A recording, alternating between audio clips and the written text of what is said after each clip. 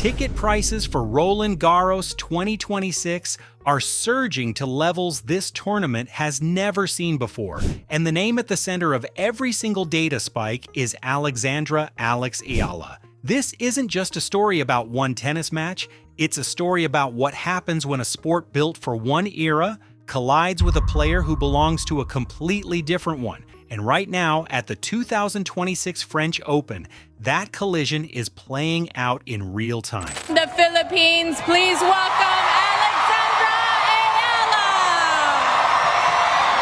Eala! Let's look at the facts that mainstream coverage isn't framing together.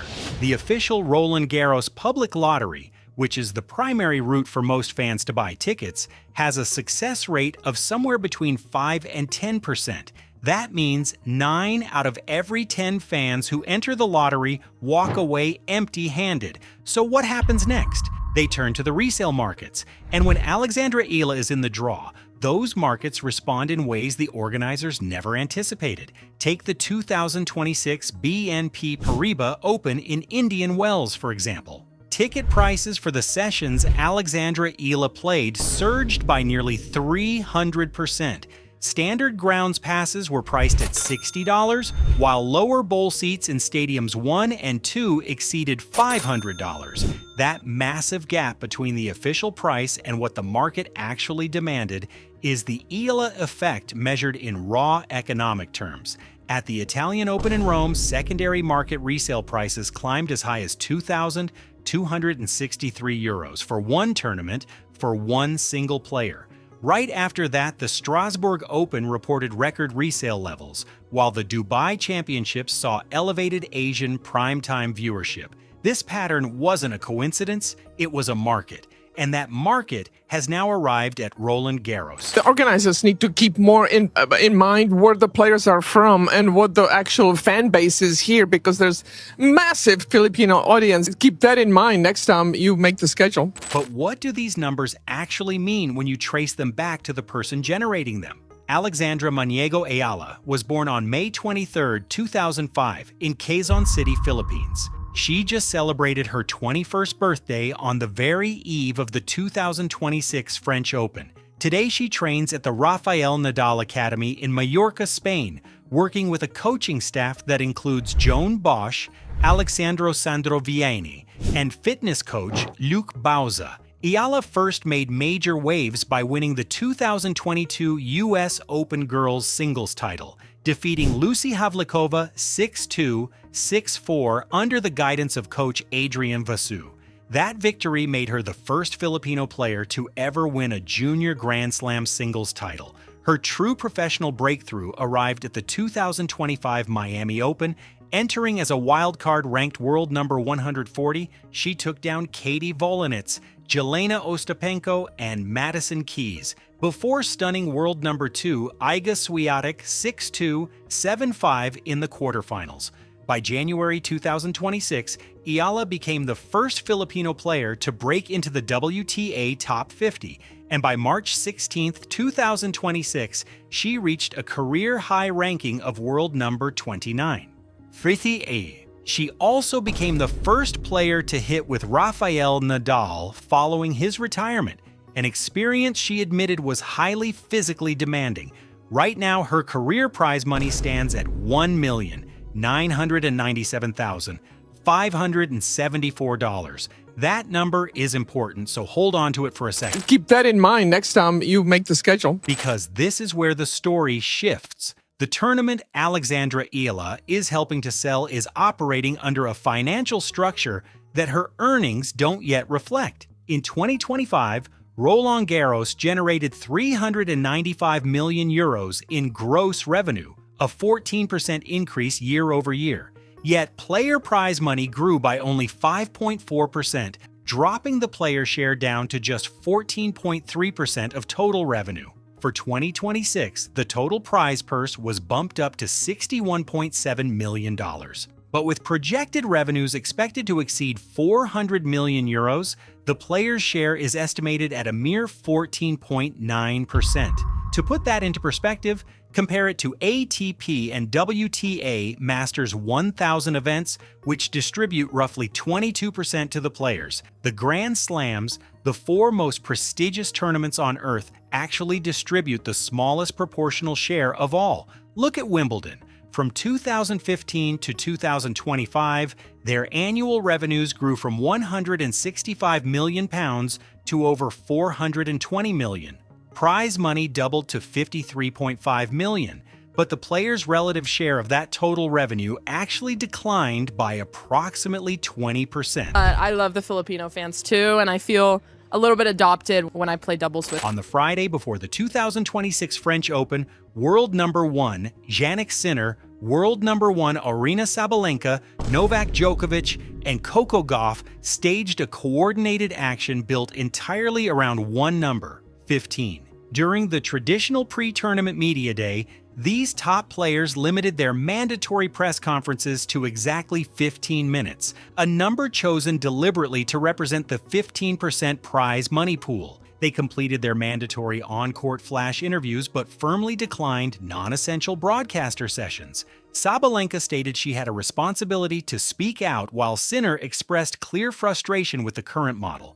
Gauff made it clear that the protest wasn't for the stars at the top, but for competitors ranked between 50 and 200, players who are living, in her words, paycheck to paycheck. Tournament director Amélie Mauresmo expressed regret over the situation, but the protest did produce a real result. FFT representatives sat down to meet with a player delegation that included former chief executive Larry Scott. The FFT has now committed to presenting formal proposals on player pensions, welfare, and revenue sharing within 2 weeks of the tournament's conclusion. Interestingly, Iga Swiatek and Emma Raducanu chose not to join the protest. I'm finding my footing, and I know that I can do well. I'm a much better player physically, mentally than I was last year. But here's where things get really interesting. The player generating the most intense commercial pressure at this tournament wasn't even among those leading the protest. She's 21 years old, she's ranked world number 37, and she plays on Tuesday, May 26th.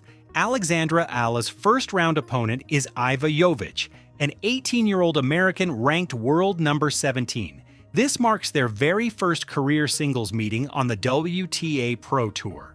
Jovic arrives in strong form, coming off a semi-final in Charleston, a round of 16 run in Rome, and the round of 32 in Madrid. Eala, on the other hand, comes in with a 4 wins, 5 losses record across 5 clay court warm-up tournaments so far in 2026. If she gets past Jovic, the draw projects a second-round meeting with Emma Navarro, with Naomi Osaka and top seed Aryna Sabalenka looming deeper in the bracket. Over in doubles, Eala is partnering with Victoria Mboko, who is ranked world number 9 in singles. Their first-round opponents are Leylah Fernandez and Diana Schneider. After that, and watch her try to continue to progress, because I like her game.